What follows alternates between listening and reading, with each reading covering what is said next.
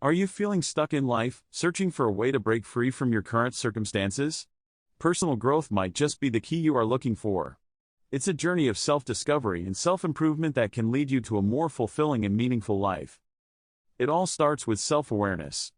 Take a step back and reflect on your thoughts, feelings, and behaviors. By understanding yourself better, you can identify areas for growth and set meaningful goals for yourself. But personal growth is not just about self-reflection. It's also about taking action. Challenge yourself to step out of your comfort zone, try new things, and embrace change. It may be uncomfortable at first, but this is where growth happens. Don't be afraid to make mistakes along the way. Failure is a part of the learning process. Use setbacks as opportunities to learn, grow, and become a better version of yourself. Remember, personal growth is a lifelong journey. Embrace the process, be patient with yourself, and celebrate your progress along the way.